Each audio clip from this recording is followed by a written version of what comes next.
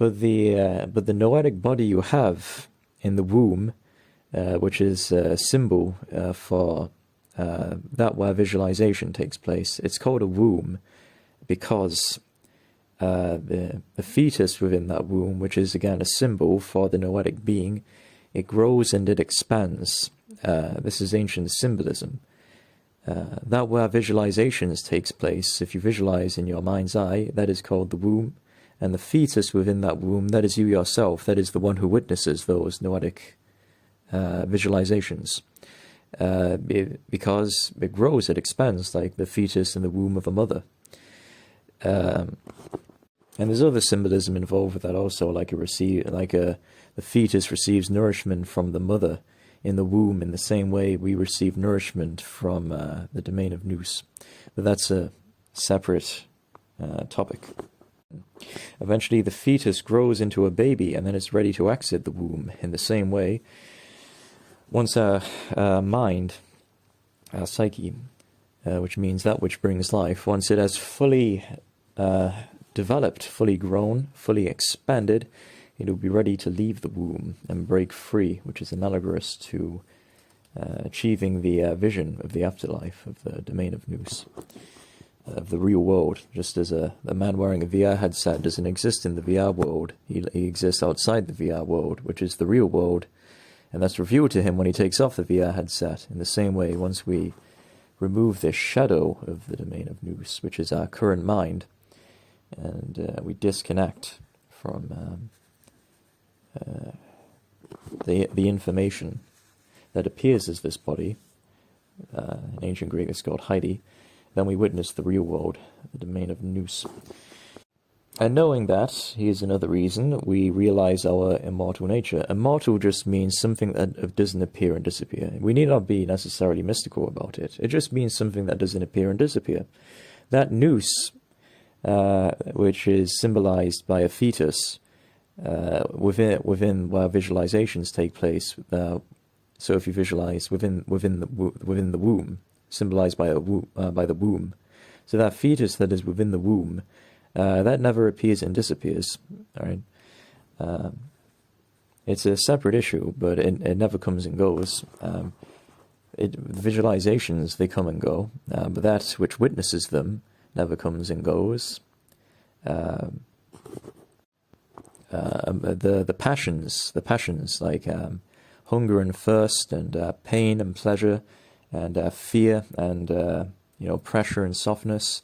Notice that you exist before these, you exist whilst experiencing them, and you exist after them, right? On a even more grosser level, take your heartbeat. Yeah, you exist before your heart beats, you exist while your heart beats, you exist after your heart has finished beating. You exist in between two heartbeats. You don't come into and out of existence with the heartbeat, or with the passions, or with emotions. Because the nous, which is you yourself, the experiencer, it isn't because it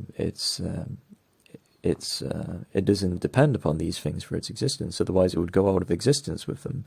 Like the instance you stopped having the sensation of softness, you'd go out of existence if you were it.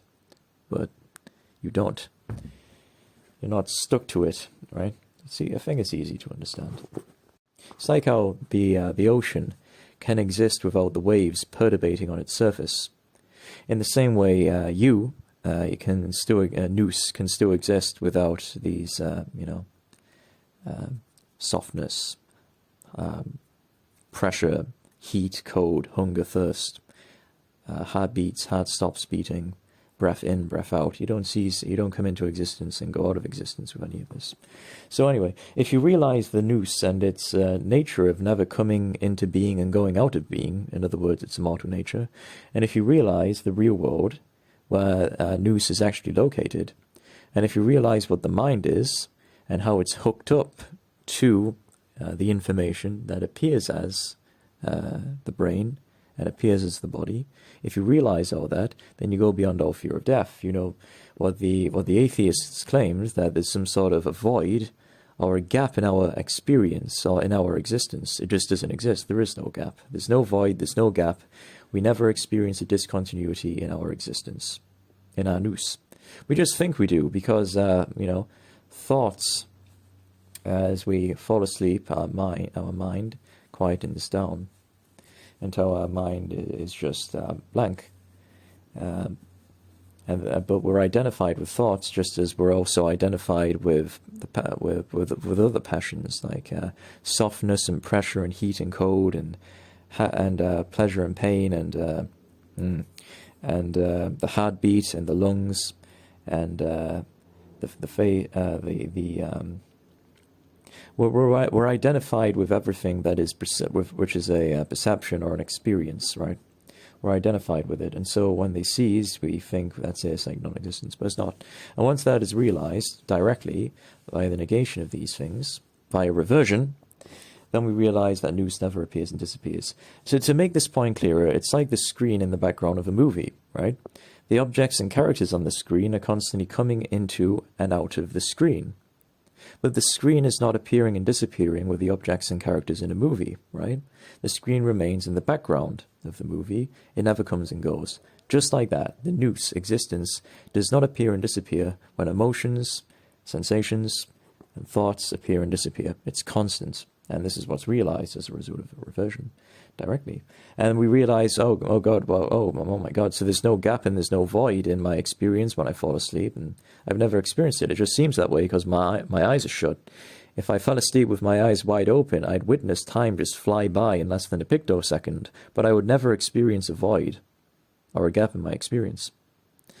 Anyone who's been under general anesthesia with their eyes open, not with their eyes closed, but with their eyes open, knows that that time can just pass by like 14 hours in less than a pictosecond with your eyes wide open, and yet you do not experience a gap or a void or a disappearance of your existence. It doesn't happen because nous is constant.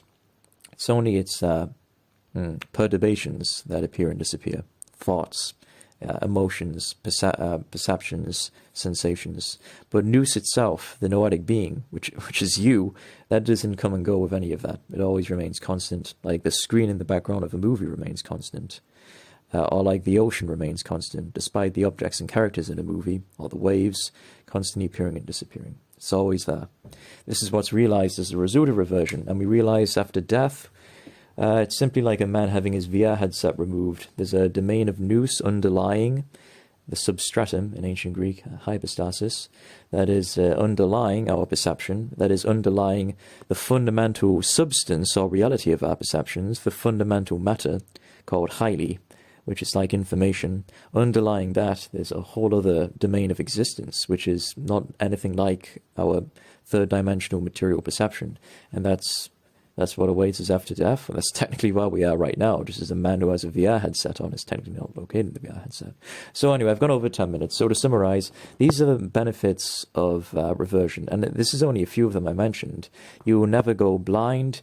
You will never go deaf. You won't care about the aging of the body because, I don't know if I made this point or not, but once the reversion becomes so advanced, you can assume any body you want to.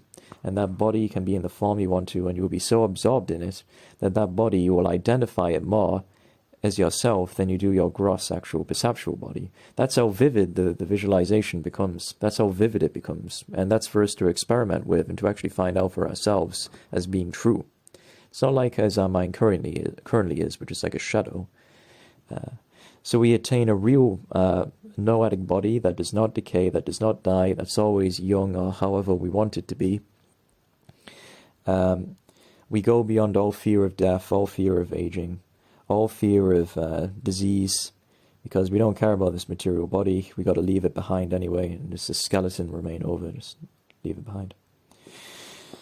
And that is happiness, or as close to a state of happiness or contentment as we can get whilst embodied. Okay, these are the benefits of reversion. So I'll make videos in the future on how we can practice reversion, and we can experiment and see whether these benefits that I've stated are actually true or not. If you are interested in these videos on